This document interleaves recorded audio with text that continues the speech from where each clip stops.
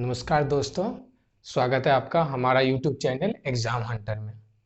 आज हम लोग एग्रीकल्चर टॉपिक पर बात करेंगे। अभी जो लगातार प्रोटेस्ट हो रहा है ना किसानों का, देख रहे हैं किसान पिछले 3-4 महीने से लगातार प्रोटेस्ट कर रहे हैं। तो जो इशू है ना, 3 बिल पार्लियामेंट में 3 बिल पास की गई, ठीक है। तो वो तीनों बिल पे ही इतना जो हंगामा चल रहा है। और आप देख रहे होंगे ना, इसमें जो किसान आ रहे हैं ना, मेनली 2-3 स्टेट है, पंजाब, हरियाणा और थोड़ा बहुत राजस्थान के। तो इसको कह सकते हैं ना, ये बिल और ये प्रोटेस्ट से बहुत ही इंटरलिंकिंग है। क्योंकि ये जो प्रोटेस्ट हो रहा है ना, तो एक प्रकार से कह दीजिए, इसको कह सकते हैं राजनीतिक प्रोटेस्ट भी है। और 26 जनवरी को जो घटना घटी, खास करके दिल्ली में, उस सारे को पता ही होगा किस तरह से ये एंटी नेशनल मूवमेंट टाइप की बन गई थी। झंडा वाला जो हुआ था कि झंडा निकाल के दूसरा झंडा को लगा दिया गया। हालांकि वो कहा गया दूसरा झंडा लगाया नहीं गया था, बल्कि वो झंडा तिरंगा झंडा था और एक दूसरा खालिस्तानी झंडा जो कहा जाता है, वो झंडा लगाया गया था। क्योंकि वो पंजाब, देखिए पंजाब इशू बार बार आ रहा है। तो इसमें पंजाब जो स्टेट है ना, बहुत बड़ा इसको इशू समझिएगा कि पंजाब और हरियाणा के ही किसान ज़्यादा विरोध क्यों कर रहे हैं इस बिल पे। आखिर उस बिल में क्या खासियत है जो कि बिहार और ईस्ट यूपी और फिर झारखंड, वेस्ट बंगाल को ज़्यादा फर्क नहीं पड़ रहा है बिल से, चाहे सौदर्न स्टेट्स को। ये मेनली 2-3 स्टेट्स को इतना क्यों हो रहा है, और ये 2-3 स्टेट से ये लीडर क्यों उभर रहे हैं, जैसे राजेश टिकैत जो हैं। ठीक है, तो इस इशू को समझेंगे आखिर ये बिल है क्या, इतना हंगामा कारण है। तो देखिए, सबसे पहले ये आएंगे ना कि एक कमिटी फॉर्म हुई थी एग्रीकल्चर के लिए, ठीक है, कि किस तरह से एग्रीकल्चर का इनकम को बढ़ाया जा सके। कौन कमिटी थी? तो अशोक दवाई कमेटी थी। और क्या एम था कि 2022 तक फार्मर का इनकम क्या कर देना है, डबल कर देना है। तो आप सोचिए 2021 का तो मार्च महीना आ गया है। और जो किसान होंगे, चाहे जिनके परिवार में किसान लोग होंगे, उनको पता होगा कि अगर आप समझिए 2015 में जो उनकी इनकम थी, अगर वो 1 लाख सालाना कमाते थे खेती से, तो क्या 2021 तक उनकी खेती से बढ़ गई इनकम? शायद मैक्सिमम का आंसर नहीं ही होगा। 90% जो जवाब देंगे वो नहीं देंगे। क्या उनका इनकम, किसानों का इनकम 2021 के मार्च तक डबल हो गई? आप ये कहेंगे डबल तो नहीं, जितना था उससे भी कम हो गई। तो इसका अर्थ है इस कमिटी का जो रिपोर्ट दिया था, जो रिकमेंडेशन दिया था, वो उतना सक्सेस नहीं हुआ। उसी कारण है ना, जो आपका नया इलेक्शन से जस्ट पहले मोदी जी ने 6-6 हज़ार रुपया सारे के अकाउंट में डलवाए। अगर वो सफल हो जाता, तो वो जो 6-6 हज़ार रुपया जो डलाया गया अकाउंट में, वो डालने की जरूरत नहीं पड़ती। उसको एक तरह से कह सकते हैं ना, इलेक्शन के पहले वो दिया गया कि ताकि किसानों का कैसे वोट को अर्जित किया जाए। हालांकि नो डाउट इससे नेशनल इनकम में फ़ायदा ही होगा, इकोनॉमिक ग्रो करेगा। क्यों? क्योंकि देखिए, जो छोटे लोग होते हैं ना, अगर उनको आप 10 हज़ार भी दे दीजिएगा ना, तो वो कहाँ खर्च करेंगे? अपने बच्चे के एजुकेशन में खर्च करेंगे, दूसरा हेल्थ पे खर्च करेंगे, और तीसरा और पैसा बच गया तो कपड़े उपड़े खरीद लेंगे, अपने खाने पीने का सामान उसी में। लेकिन सारा का सारा पैसा 10 हज़ार खत्म हो जाएगा। लेकिन अगर यही पैसा आप कॉरपोरेट्स को दीजिए, या जो वेल स्टेबल फैमिली है जिसकी इनकम लाख रुपया से ऊपर हो, तो वो क्या करेंगे, वो पैसे को बैंक में डाल देंगे और वो जमा ही रह जाएगा। मतलब वो सर्कुलेट नहीं करेगा मार्केट इकोनॉमी में, तो वो पैसा वहीं के वहीं रह जाता है। तो यही अंतर हो जाता है कि आप पैसा किसे दे रहे हैं। तो ये अगर 6 हज़ार रुपया उनके अकाउंट में किसानों के गया है, तो वो कहीं ना कहीं देश के जीडीपी और में सपोर्ट ही कर रहा है, कहीं ना कहीं देश को इकोनॉमी को बढ़ाएगा ही। क्योंकि हमें पता है, आप लोग को भी पता होगा कि ये 6 हज़ार रुपया का सही उपयोग हो रहा है, चाहे जिस तरफ से वो किसानों के लिए जिस तरह यूज करें। तो वो एक तरह से सही था 6 हज़ार देना। और अशोक दवाई कमेटी की जो रिपोर्ट आई थी कि 2022 तक हमें बढ़ाने का एम है, वो सफल नहीं हो पाई। तो फिर से 3 लॉ लाया गया कि कैसे फार्मर के इनकम को बढ़ाया जाए। वो 3 लॉ को हम लोग डिस्कस करेंगे। अभी तक हमने क्या बताया कि एम क्या था, किस कमिटी ने रिपोर्ट दिया, ठीक है। अब हम चर्चा करेंगे 3 लॉ। पहला जो लॉ था, farmers produce trade and commerce promotion and facilitation act 2020। अब इतना बड़ा लॉ है ना कि आम लोग, जो गांव के लोग हैं या जो थोड़ा बहुत मध्यम लोग पढ़े लिखे हैं, वो तो बिल को आधा समझ ही नहीं पाएंगे। 2-3 इशू समझ रहे हैं। एक क्या समझते हैं, एमएसपी खत्म करेगा या रहेगा, मंडी रहेगी या मंडी खत्म होगा, सामान कहाँ बेचेंगे या कहाँ खरीदेंगे, 2-3 छोटे छोटे इशू समझ रहे हैं। लेकिन उसके अंदर के जो रूल और ढड्ढा है ना, उसको वकीली समझ सकते हैं, या फिर जो सिविल सर्विसेज की तैयारी वारी कर रहे हैं वही समझ सकते हैं। तो इसलिए इतना लंबा है, फिर से आइए रिवीजन कर देते हैं। क्या है? Farmers produce trade and commerce promotion and facilitation act 2020। इस लंबा को तोड़ तोड़ कम समझा रहे हैं। पहला है कि मतलब जो किसान जो प्रोड्यूस करेगा, जो ग्रो करेगा, ठीक है, अपने मतलब कि खेत में जो भी उपजाएगा उसको बेचेगा, मतलब प्रोड्यूस में उपजाना, और उसको ट्रेड करेगा, मतलब जो हम उपजाए, जैसे धान हुआ तो धान को उपजाए, अब उस धान को कहाँ बेचेंगे, ठीक है, तो बेचने का जो फैसिलिटी देगा उससे रिलेटेड है पहला रोल। आइए पहले हम इसको समझा लेते हैं, उसके बाद फिर दूसरा पर जाएंगे, क्योंकि ऐसे पढ़ने से कोई फायदा नहीं होगा, क्योंकि बड़ा बड़ा है, इतना बड़ा बड़ा है कि इसको समझना मुश्किल है अगर एक्चुअल समझे तो, लेकिन इसको जब छोटे से पढ़ेंगे तो आराम से समझेगा। मतलब कहने का अर्थ पहला कि जो किसान जो प्रोड्यूस करेंगे उसको कैसे ट्रेड करेंगे, अगर धान को हम उगाए तो उस धान को कैसे बेचेंगे, ठीक है, तो कैसे। हाँ, तो पहला पहला क्या है कि फार्मर को क्या देता है, फ्रीडम देता है, आज़ादी देता है कि आप धान अगर उपजाए हैं तो आप धान कहीं भी बेचिए, अगर बिहार में उपजाए हैं तो आप उसको यूपी भेजिए, पंजाब बेचिए, झारखंड बेचिए, कहीं भी बेच सकते हैं, आपको बेचने की आज़ादी देती थी। तो इसका अर्थ पहले कुछ रेगुलेशन था क्या कि वो नहीं बेच सकते थे, हाँ पहले भी बेच सकते थे, लेकिन पहले जो बेचते थे ना, जैसे आप यहाँ हैं, आप पटना में, तो आपकी एक मंडी लगेगी, आप उसी मंडी में बेचिएगा, ठीक है, लेकिन ये बिहार के लिए नहीं है, क्योंकि बिहार 2006 में ही ये रूल रेगुलेशन हटा दिया था, एपीएमसी एक्ट, ठीक है, 2006 में। हम एक एग्जाम्पल आपको दे रहे हैं, ठीक है, जैसे पटना है, तो इस पटना के एक एरिया है, तो आप अपना मंडी में ही सामान बेचिएगा, ना कि आप यहाँ से जाके पंजाब में बेचिएगा, ठीक है। तो ये जो रूल था ना कि मंडी में बेचने का सिस्टम, तो इसी को कहा दिया कि आप कहीं भी बेच सकते हैं, आप अपना स्टेट में भी बेचिए या दूसरे स्टेट में भी बेच सकते हैं। तो पहला रूल था फार्मर्स प्रोड्यूस एंड ट्रेड, मतलब कहीं भी उपजाइए और कहीं भी बेचिए, ठीक है। तो ठीक है, तो इसका फ्यूचर्स क्या है, मतलब क्या विशेषता है, तो पहला कि कहीं भी बेच सकते हैं, पहला विशेषता। आप समझिए, इसका एक छोटा सा एग्जाम्पल लीजिए, जैसे आप सब्जियां उपजाए, ठीक है, भिंडी उपजाए, तो उस भिंडी को क्या आप बेचने पंजाब जाइएगा, आप नहीं बेचने जाइएगा, उसको कौन बेचेगा, ट्रेडर्स। ट्रेडर्स मीन्स व्यापारी। तो कहीं नहीं लग रहा है कि कहीं न कहीं ये फायदा व्यापारी को पहुंचा रहा है, तो इसी पर डिबेट बना, क्या ये फायदा एक्चुअल में किसान को पहुंचाएगा, ये जो रूल बना या व्यापारी को पहुंचाएगा। अगर ये फायदा व्यापारी को पहुंचाता है तो फिर जो नया लॉ लिया आया उसका कोई फायदा नहीं, लेकिन अगर ये किसानों को पहुंचाता है तो नो डाउट ये जो 2022 तक डबल इनकम की बात की गई, तो डबल तो नहीं होगी लेकिन 1.5 गुना हो सकती है। तो आइए बात करते हैं क्या किया था। आपको बता ही दिया, पहला फ्रीडम दिया कि आप कहीं भी बेचिए, ठीक है। दूसरा इलेक्ट्रॉनिक ट्रेडिंग, ई नैम, ये थोड़ा फिर मतलब टेक्नोलॉजिकल शब्द है, मतलब कि आप ना बैठे बैठे यहीं से कंप्यूटराइज में इतना धान आया, इतना धान खरीदाया, आप मतलब कि कंप्यूटर्स के थ्रू इलेक्ट्रॉनिक ट्रेडिंग कर सकते। इलेक्ट्रॉनिक ट्रेडिंग वो होता है जो बैठे बैठे वर्चुअल ट्रेडिंग, मतलब यहाँ बैठे हुए हैं, यहीं से आप गांव में की मतलब उपजाए हैं, यहीं से सौदा कर लिया कि धान पंजाब में जाएगा, ठीक है, यहीं से वो व्यापारी कांटेक्ट किया, आपने पैसा डाल दिया और आप धान को यहाँ से कहे ठीक है ले जाओ, तो ई नैम, ठीक है। तीसरा लिबरेशन फ्रॉम सेस। अब आइए इसको समझते हैं आसान वर्डों में, सेस समझते हैं, देखते हैं, लगता होगा एजुकेशन सेस, कोल सेस, पेट्रोल सेस, अलग अलग प्रकार का सेस लगता है, मतलब एक प्रकार से टैक्स है, मतलब कि किसी पार्टिकुलर, मतलब वो पैसा को कहीं से लिए टैक्स के रूप में, तो उस पैसा को खर्च उसी चीज में कीजिएगा, ठीक है, पार्टिकुलर चीज में। तो वो जो आपके एग्रीकल्चर में अगर किसी प्रकार का टैक्स लेते हैं या उसको खरीद बिक्री करना, तो वो जो है ना उससे आपको छुटकारा मिल जाएगा। तो 3 फायदा हुआ, पहला फायदा क्या हुआ, मतलब 3 बातें कहिए, फार्मर कहीं भी बेचिए, दूसरा इलेक्ट्रॉनिक ट्रेडिंग करेंगे ई नैम के, तो यहाँ का धान कहीं भी बेचिए, ठीक है, बैठे बैठे। तीसरा आपको कोई टैक्स उसके नहीं देना पड़ेगा। तो इसका फायदा है, सबसे पहला क्या फायदा है ये गिनाते हैं, उसके बाद निगेटिव पे बात करेंगे। रोल ऑफ इंटरमीडियरीज, मतलब ये जो बिचौलिया है ना, देखिए वही कहते हैं ना, जो आम ग्रामीण लोग हैं ना, 2-3 शब्द ही समझते हैं, मंडी, बिचौलिया, एमएसपी, ये 3-4 शब्द जो फेमस है उसी को समझते हैं, उसी पर या तो कोई प्रोटेस्ट कर रहे हैं। देखिए प्रोटेस्ट होना चाहिए, ना कि हम बीजेपी के हैं इसलिए प्रोटेस्ट नहीं करेंगे और दूसरे पार्टी के तो इसलिए प्रोटेस्ट करेंगे, आरजेडी के नहीं।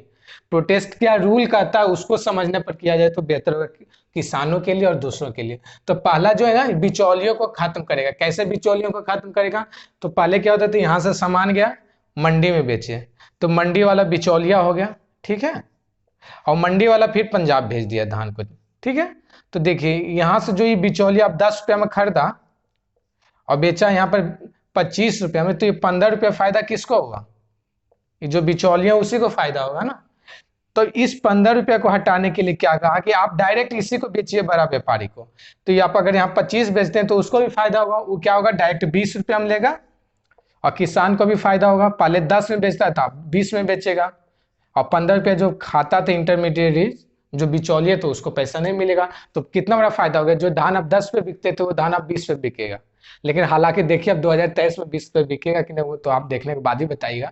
जिस तरह से अब 2022 तक में डबल इनकम की बात की गई थी, किसानों का आय दुगना हो जाएगा, लेकिन अभी तक दुगना तो नहीं हुआ। हाँ, हालांकि पहले से भी थोड़ा सा कम जरूर हो गया है। जो 1.5 लाख कमा लेते थे सालाना, अभी जाके उनसे पूछेगा तो कहिएगा कोरोना के बाद तो और कम गया। हालांकि किसानों का कम इफेक्ट पड़ा कोरोना को, क्योंकि वो मार्केट से कटे हुए थे, यही सबसे बड़ा प्रूफ करता है। ये हमारे प्रधानमंत्री ने भी स्टेटमेंट दिया कि कोरोना से एग्रीकल्चर सेक्टर को इम्पैक्ट उतना नहीं पड़ा। क्यों नहीं पड़ा?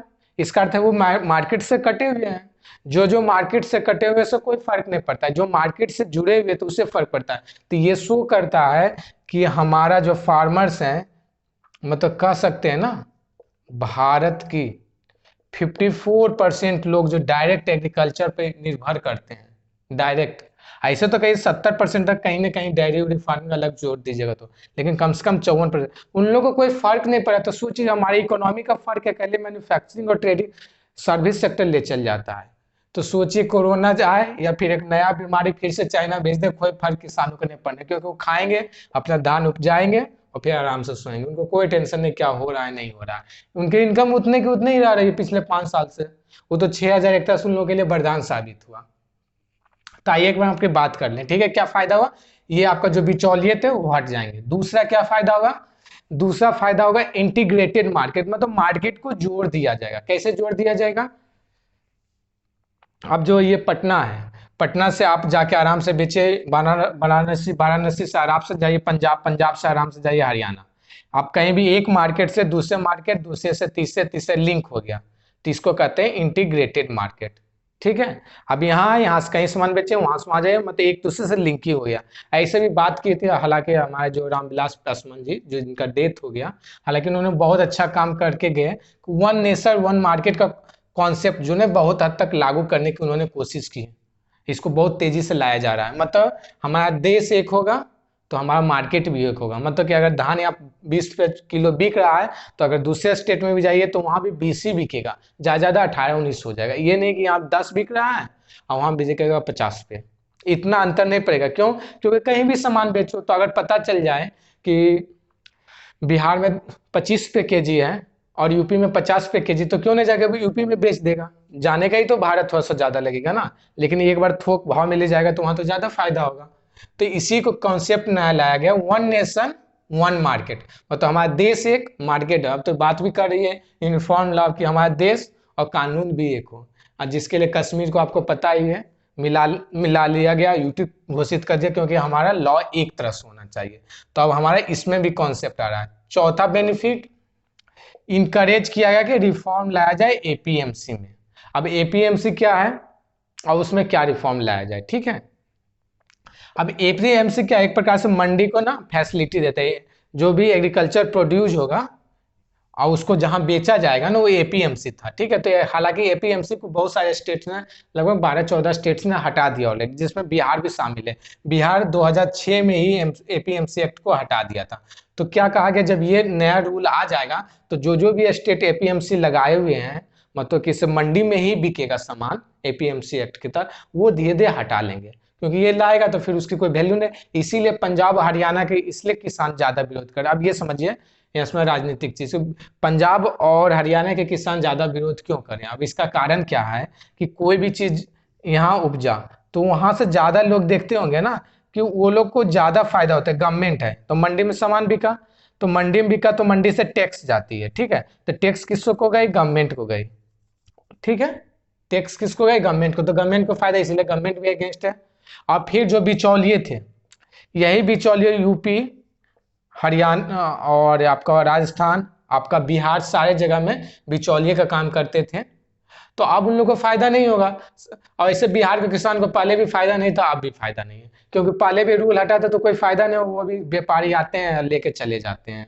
तो आप क्या, वो जो व्यापारी छोटे वाले लेके जाते थे ना, बड़ा व्यापारी आ जाएंगे, रिलायंस आ जाएंगे आपके, तो वो सामान एक बार में ले जाएंगे, ठीक है। हालांकि हमारे किसान को फायदा नहीं होगा, लेकिन उस जो बड़े व्यापारी है उनको फायदा होगा। तो घाटा किसको हुआ? छोटे व्यापारियों को।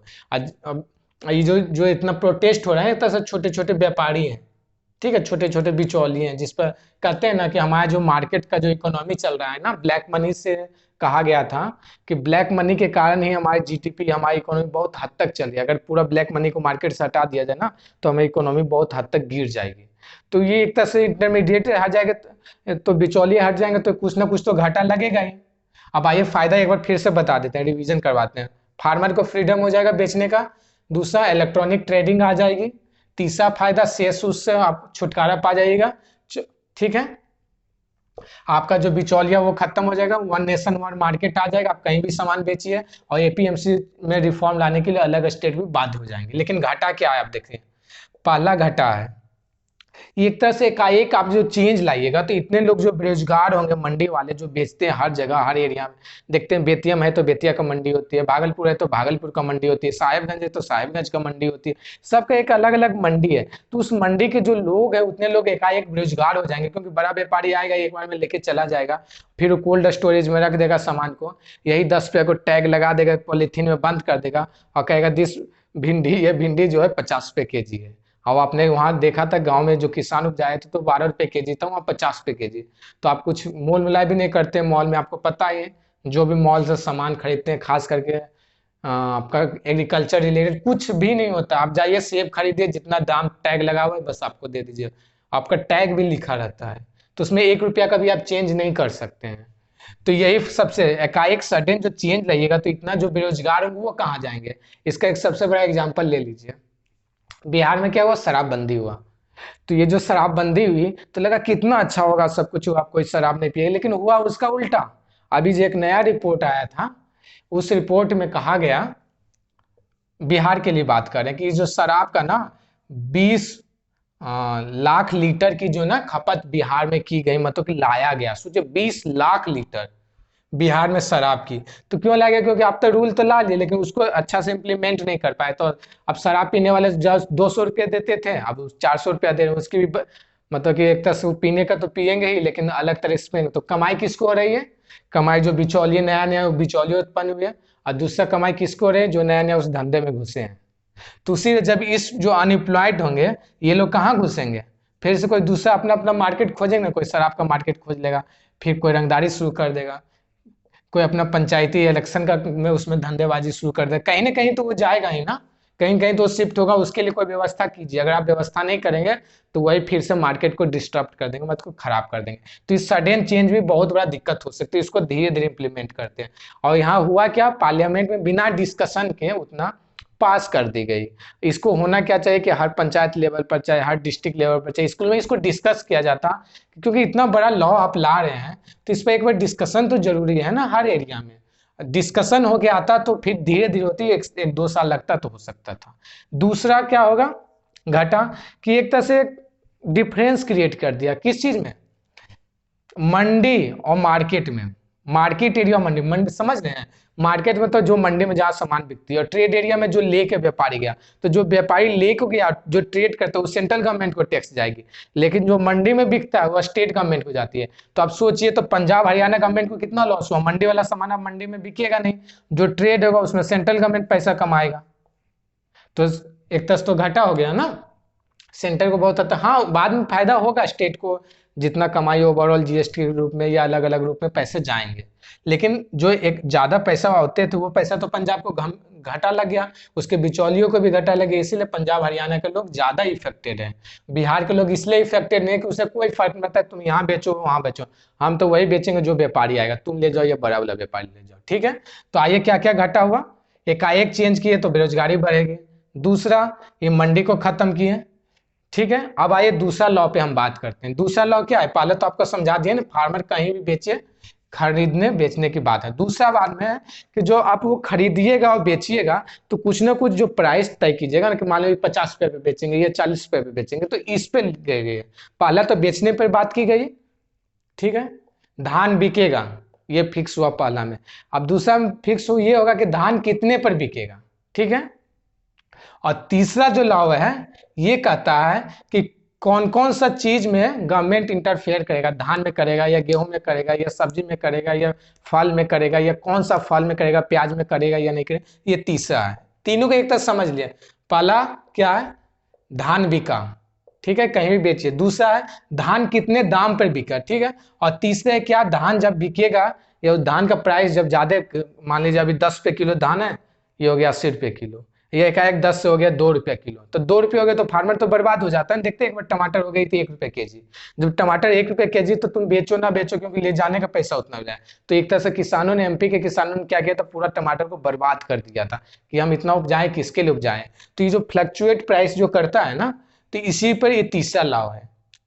पहला कितने में बेचिएगा, 2 रुपये में बेचिएगा या 20 रुपये में बेचिएगा, दूसरा वाला है। और तीसरा है कि गवर्नमेंट क्या इंटरफेयर करेगा, पहले गवर्नमेंट रोक दे, देखते हैं कि यहाँ पर ओनियन का दाम हो गया था 100-150 बीच में, दिल्ली और सब जगह में, आज से 6-7 महीना पहले एकाएक 100 रुपये केजी हो गई थी आपका प्याज। तो प्याज 100 रुपये केजी हो गया तो गवर्नमेंट इंटरफेयर किया ना। लेकिन अब जब नया रूल आ जाएगा, नया रूल, तो उसमें गवर्नमेंट कितना हद तक गवर्नमेंट के भी हाथ बंध जाएंगे, मतलब कि व्यापारी तय करेगा कि इसका दाम कितना होगा। गवर्नमेंट तभी इंटरफेयर करेगा जो बहुत ज्यादा प्राइस बढ़ जाएगी। तो ये तीसरे लॉ पर हम चर्चा करेंगे, एक तरह समझा दिए, ठीक है। पहला लॉ क्या है, आप बेचिए। दूसरा है कितने पर बेचिएगा। और तीसरा है जब बेचिएगा तो क्या गवर्नमेंट का रोल रहेगा उसमें। बस ये 3 लॉ आप समझ गए। पहला तो आपको समझा दिए, अब दूसरा समझा रहे हैं कि क्या प्राइस वाला बात है कि कितने पर बेचिएगा।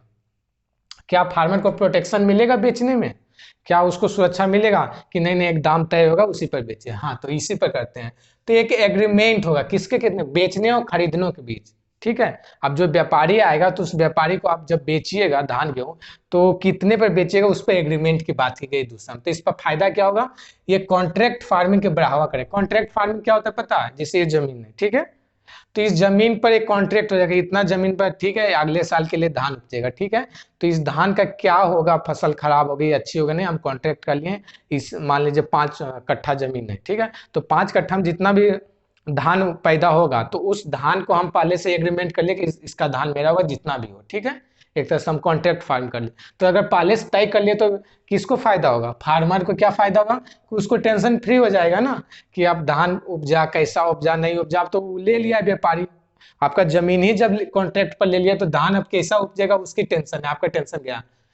तो क्या होगा, कॉन्ट्रैक्ट फार्मिंग को बढ़ावा मिलेगा। ये कॉन्सेप्ट कहाँ से आया, तो जनरल ये कॉन्सेप्ट यूएस का है। यूएस में क्या होता है जानते हैं, कॉन्ट्रैक्ट फार्मिंग बहुत तेजी से चलता है। तो हमारे यहाँ कभी जो हमारे सेक्रेटरी थे आईएएस ऑफिसर, उन्होंने कहा कि यूएस के तर्ज पे यहाँ भी कॉन्ट्रैक्ट फार्मिंग किया जाए। तो बोला कि कॉन्ट्रैक्ट फार्मिंग कैसे करेंगे, जब यहाँ जो जमीन है, जमीन किसका है, स्टेट लॉ के अंदर आता है, ठीक है। जो जमीन, तो जमीन तो स्टेट के अंदर आता है, वो नहीं दिया जमीन, तो बोले कि ऐसा सिस्टम डेवलप कर दो ना जिसमें फार्मर खुद ही जमीन दे दे। कैसे, अगर कहा दे कि ठीक है कितना उपजाते हो इससे, कहता 10 कट्ठा है, 10 कट्ठा में लगभग 20,000 का धान उपजा लेते हैं। बोला ठीक है कॉन्ट्रैक्ट कर लो, ये 10 कट्ठा 1 साल का हम तुमको 30,000 रुपया दे देते हैं, ठीक है। और इसमें जो कहते हैं उपजाने के लिए वो उपजाओ, और जो फायदा हुआ मेरा, घाटा हुआ तो मेरा। तो फार्मर भी खुश हो जाएगा ना कि जहां हमको 20 मिलता है तो वहां 30 मिलेगा, 10,000 का फायदा हो गया। और दूसरी बात है, फायदा किसको हुआ, व्यापारी को भी फायदा हुआ कि अब 30,000 में कुछ नया कॉमर्स लाके, नया टेक्नोलॉजी लाके कैसे ज्यादा से ज्यादा धान उपज सके उसी कम एरिया में, टेक्नोलॉजी की मतलब व्यवस्था करके, और कैसे इसको सेफ रख सके। और तो इससे वन नेशन वन मार्केट का कॉन्सेप्ट आया कि नहीं। हम एक तरह से ले लिए इस जमीन को, पहले थे नील की खेती, आप पढ़े ही होंगे, नील की खेती जब होती तो विद्रोह कौन करवाए थे बिहार में, राजकुमार शुक्ला, किसके थ्रू, गांधी जी के थ्रू। तो वो एक तरह से वो भी कॉन्ट्रैक्ट फार्मिंग ही था कि आपको फोर्स किया जाता था कि इतना उपजाइए। अगर आओ 3/20 भाग, 3 कठिया सिस्टम जानते होंगे, तो उसी तरह से एक तरह से कॉन्ट्रैक्ट फार्मिंग आपको डेवलप हो जाएगा। ये तो फायदा होगा, लेकिन इसका घाटा क्या होगा आपको, जब आप कॉन्ट्रैक्ट फार्मिंग कीजिएगा तो जमीन आपका जाएगा लीज पे। लीज तो आप समझते होंगे, जमीन को जब एक बार आप लीज पर दे दिए 2 साल 5 साल या 1 साल जितने के लिए, तो बीच में आप ले नहीं सकते। और जब आपको पता है, जो हमारे गाँव में जो किसान है या जो भी है, जमीन को इस तरह से देखते हैं, मान लो जिनको 2 या 3 बेटी है, ठीक है, तो ये सोचते हैं अच्छा ठीक है 2 कट्ठा को बेच के अगला बेटी का शादी कर देंगे। तो एक बार आप जमीन को लीज पर दे दिए तो आपका मालिकाना हक खत्म, अब वो 2 साल बाद ही मिलेगा आपको। अगर वो ज्यादा साल के लिए दे दिए, 10 साल 5 साल, तो फिर आप गए काम से। एक तरह से आप वही होगा जो ना पुराना अंग्रेज के समय में सिस्टम आ गया। तो इसका फायदा भी है घाटा भी है। फायदा के गवर्नमेंट अगर रेगुलेट अच्छे से करेगी तो फायदा मिलेगा। और अगर बिहार जैसा हो गया शराब का हाल, तो फिर क्या हो रहा है बिहार में, देख ही रहे हैं, नया नया क्राइम बढ़ रहा है शराब के कारण। जो पीता था उसको भी बेचारा को घाटा क्या है कि पहले 20 रुपया देता था, अब 40 रुपया शराब पीने का देगा, लेकिन पीने का तो पिएगा ही। इकोनॉमी जो गवर्नमेंट को फायदा आता था शराब से, जो भी 10 रुपया 20 रुपया जो भी आती थी, अब वो भी गया। वो पैसा पुलिस की कमाई होगी, जो एसएचओ होंगे उनका पैसा हो गया, और बाकी जो करेंगे खरीद बिक्री बीच में, उसको फायदा होने लगा। उसी तरह इसको कैसे आप लाते हैं, अगर सही से लाए तो फायदा है, अगर सही से इम्प्लीमेंट नहीं करे तो किसानों के लिए ये एक तरह श्राप बन सकता है, क्योंकि उनकी जमीन को जो लीज पर जाने के बाद बहुत दिक्कत हो सकती है। और हाँ, हालांकि ये बात सही है कि सेकेंड पॉइंट जो है, फार्मर का रिस्क कम जाएगा। इसलिए रिस्क कम जाएगा क्योंकि एक बार जमीन दे दिया, आप उपजाइए, कैसे उपजाएगा, वेदर कंडीशन कैसे हुआ, फिर ड्राउट आ गया, फ्लड आ गया, वो आपका टेंशन है, ठीक है। तीसरा, प्राइवेट को भी फायदा होगा। अब जो अंबानी आएंगे उनको तो फायदा होगा नहीं, एक ही बार में आए और गांव के एक बार में 50 एकड़ जमीन ले लिया, और 50 एकड़ में पूरा मान लो कि पूरा में गेहूं की खेती करवाए, तो एक बार ट्रैक्टर चलाएंगे और हाइब्रिड लाएंगे, मशीन लाएंगे, और एक बार में पूरे कोने कटवा देंगे। तो उनकी जो प्राइस जो होगी, जब थोक भाव में काम होगा तो प्राइस तो कम लगेगा ना। तो वो जो बड़े बड़े जो ट्रेडर्स होंगे, बड़े बड़े जो व्यापारी आएंगे, एक बार में 50-50 एकड़ का लेंगे, या 5 एकड़ या 10, उनको फायदा होगा। ऐसे क्या होता है, हमारे एरिया में क्या है, आधा कट्ठा मेरा जमीन है, आधा कट्ठा उसका जमीन है, आधा कट्ठा उसका, तो इतने में काम करेगा तो उसको डीजल भी ज्यादा खर्च हुआ, सब कुछ लगेगा, उसको टाइम भी ज्यादा लगा। लेकिन एक ही बार में अगर 5 बीघा का खेती होगा एक प्लॉट में, तो फायदा तो होगा ही, ये नेचुरल चीज है। तो वही होगा, तो प्राइवेट को लिए भी फायदा है, तो तीनों फायदा है। फार्मर को क्या फायदा है, आइए एक बार दोहरा लेते हैं फिर से, ठीक है। पहले दोहराते हैं, एग्रीमेंट होगा बायर और फार्मर के बीच, ठीक है, मतलब दोनों के बीच एग्रीमेंट हो गया कि 50 पे बिकेगा या 40 पे। दूसरा है कि एक जमीन का भी तय हो जाएगी, लीज हो जाएगी, ठीक है, उस जमीन पर काम होगा। तीसरा क्या है कि फार्मर का रिस्क घट जाएगा। चौथा क्या है कि प्राइवेट प्लेयर को भी फायदा मिलेगा, ठीक है। लेकिन इसका अब इशू क्या आता है, जब हम 40 पे बेचने को तैयार हैं, वो खरीदने को तैयार, तो बीच में एमएसपी तो खत्म हो गया ना। एमएसपी क्या है, ठीक है, मिनिमम सपोर्ट प्राइस, ठीक है। अब 10, ये क्यों लाया गया, क्योंकि होता क्या है, टमाटर वाला आपको कहानी बताई कि मान लीजिए टमाटर को उपजाए खूब, और वो 10 पे किलो बिकना चाहिए, लेकिन वो बिका 2 रुपये किलो, तो किसान को तो 8 रुपया का घाटा लग गया ना, 1 रुपया भी फायदा नहीं हुआ। तो इसी से बचने के लिए एमएसपी लाया जाता है, ठीक है, एमएसपी। तो इसी के लिए हंगामा हुआ अभी पार्लियामेंट का, जो इतना बड़ा हंगामा हो कि एमएसपी हटा रही है सरकार, एमएसपी हटा रही है।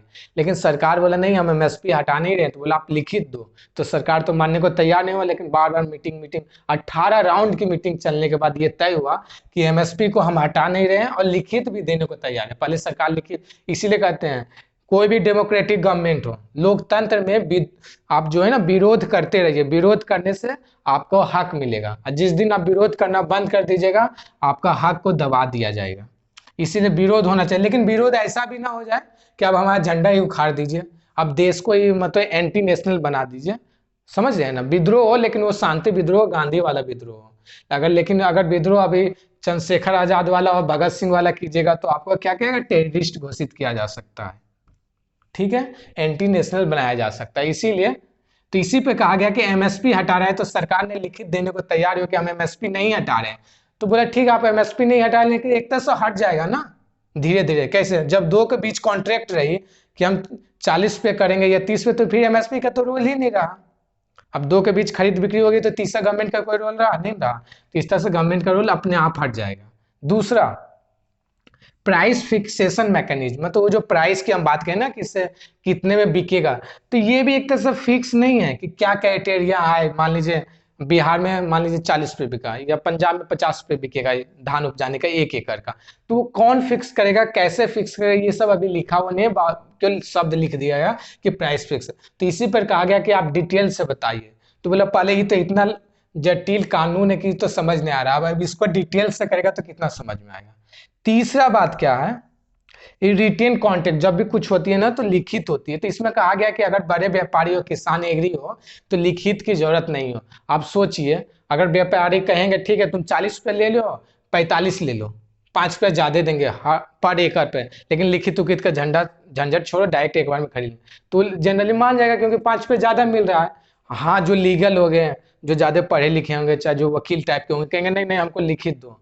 लेकिन आपको पता है ना, हर चीज में जब आप दुकान पे जाते हैं तो आपको कहता है स्लिप चाहिए, लेकिन कितने लोग स्लिप लेते हैं, स्लिप इसलिए नहीं लेते हैं ना कि कितने में कहेगा कि मॉल नहीं करें, छोटे मोटे मार्केट के स्लिप ना तो देते हैं ना तो वो लेते हैं, और लेते हैं तो कहते हैं ठीक है तो आपको 100 रुपया ज्यादा लगेगा इस कपड़े पर, कहते हैं ठीक है ऐसे ही दे दो। इसी तरह से एक तरह से ये स्लिप हो जाएगा। तो रिटेन कॉन्ट्रैक्ट कहेगा तुम रिटेन कॉन्ट्रैक्ट लिखवाओगे तो 5 रुपया कम मिलेगा, और रिटेन नहीं लोगे तो 10 रुपया ज्यादा देंगे तुमको। तो जनरली सब किसान बेचारे छोटे लोग होते हैं, उनमें क्या इथिक्स और क्या मोरलिटी, वो तो बेचारे पैसे के, जिस तरह से पंचायती इलेक्शन में कैसे पैसे पर बिक जाते हैं, 10,000 दे दो, एक दिन में वोट बिक्री हो गया, उसके पांच पांच वोट है तो 5 बिक जाएगा। क्योंकि बेचारा वो गरीब है, तो वो इथिक्स और मोरलिटी लाएंगे कहाँ से, वो तो गरीब है बेचारे, तो उनकी भी गलती नहीं है। अगर वो बिक रहे हैं तो उनकी गलती नहीं है, गलती हमारे सिस्टम की है कि हम इतना गरीब बना दिए, इतना कमजोर बना दिए हैं, और किसी पार्टिकुलर आदमी को इतना मजबूत बना दिए हैं कि वो आसानी से उसकी मॉरलिटी एथिक्स को खरीद लेता है 5,000 रुपये में। उसी तरह से बड़े व्यापारी जो है ना, छोटे किसान को इस तरह से खरीद सकते हैं कि रिटेन कॉन्ट्रैक्ट नहीं लो, 5 रुपया ज्यादा देंगे। मतलब रिटेन कॉन्ट्रैक्ट कंपलसरी नहीं है, आप ले भी सकते हैं, नहीं भी, वो आप पर निर्भर है। तो इस तरह से व्यापारी फायदा उठा सकते हैं। तीसरा, ये फायदा किसको करेगा, बड़े बड़े व्यापारियों को ही फायदा करेगा ना, क्योंकि बड़े बड़े व्यापारी इसमें एंट्री लेंगे। छोटे व्यापारी तो अभी भी एंट्री लिए हुए हैं ना। आप देखिए गांव में जब धान उग जाते हैं तो व्यापारी आके लेके जाता है कि नहीं, लेकिन वो छोटे व्यापारी होते हैं। अब होगा लार्ज स्केल पर ले जाएगा तो क्या क्या घटा है, पहला एमएसपी हट सकता है, हालांकि सरकार नहीं कहा है लेकिन हट सकता है। दूसरा, प्राइस फिक्स नहीं है, बोला है कि प्राइस फिक्स होगा लेकिन उसका किस तरह से होगा ये पता नहीं। तीसरा, रिटेन कॉन्ट्रैक्ट आप दीजिए ना दीजिए वो आप पे निर्भर करता है, कंपलसरी नहीं है। और चौथा, ये फायदा बिग कॉर्पोरेट्स को कर सकता है। ठीक है, अब आइए तीसरे लॉ के बारे में बात करें, एसेंशियल कॉमोडिटीज एक्ट। मतलब कुछ कुछ सामान जो होगा ना, ठीक है, किस पे मान लीजिए बेच रहे हैं, मान लीजिए आपका हो गया धान, गेहूं, चावल, ठीक है, आपका भिंडी हो गया, आपका सेब हो गया, तो बहुत सारे फल सब्जी हैं। तो अब किस पे सरकार मतलब इंटरफेयर करेगी। मतलब ठीक है, अब मान लीजिए 100 रुपये दाम है सेब का, तो सेब का दाम अगर 100 से 200 हो गया, ठीक है, 100 रुपया से 200 हो गया, तो इंटरफेयर करेगी या नहीं। तो इसमें भी आप सरकार पे ही, मतलब एक तरह से हथकड़ी लग गया, सरकार को ही बांध देगा। ये एक्ट जो है ना, फायदा देगा, किसको फायदा देगा, बड़े व्यापारी को। ये खुल के है कि आप जितना चाहे अनाज को, जिससे पहले होता ना कि इतना ज्यादा अनाज स्टोर कीजिएगा तो आपको छापा मारेगा पुलिस वहां का, लेकिन आप छापा नहीं मार सकते हैं, क्योंकि गवर्नमेंट उसको ऑर्डर दे दिया कि आप अनाज को स्टोर कीजिए। पहले था कि इतना ज्यादा स्टोर नहीं कर सकते, 10 क्विंटल 20 क्विंटल जो भी एक एग्जाम्पल।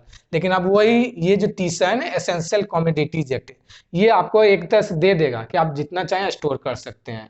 और उसके बाद स्टोर करने पर अगर दाम बढ़ गया 100 रुपया से 200 रुपया या 500 रुपया, तो सरकार कुछ नहीं करेगी। हाँ करेगी, किस केस में करेगी, अगर उस सामान का दाम, कुछ कुछ सामान को लाएगा, जैसे दो भाग में, मान लो कि 100% से ज्यादा, अगर 100 रुपया है तो 200 से ज्यादा हो जाता है तो सरकार इंटरफेयर करेगी, अगर बीच में है तो नहीं। कुछ कुछ फिर लगाएगा, मान लो कुछ कुछ सामान को ऐसा लगा कि 50% से ज्यादा बढ़ जाएगा।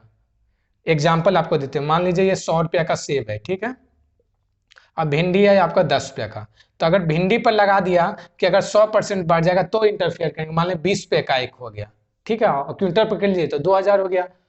तो अगर इतना डायरेक्ट डबल हो जाएगा तो इस पर रोक लगाएंगे, लेकिन उससे कम रहेगा तो हम कुछ नहीं कर सकते, पुलिस कुछ नहीं कर सकती है। इसमें है 1.5 गुना, तो कुछ कुछ सामान को 1.5 गुना पर लगाएगा, कुछ कुछ सामान को 2 गुना पर लगाएगा।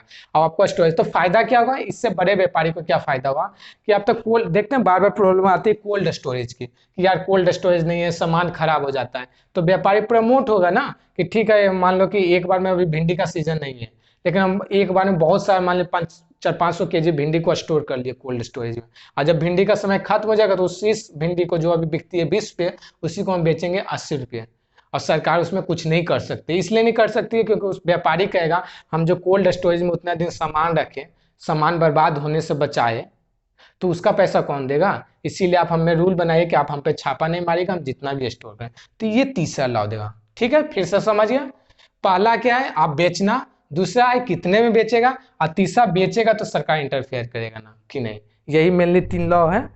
धन्यवाद।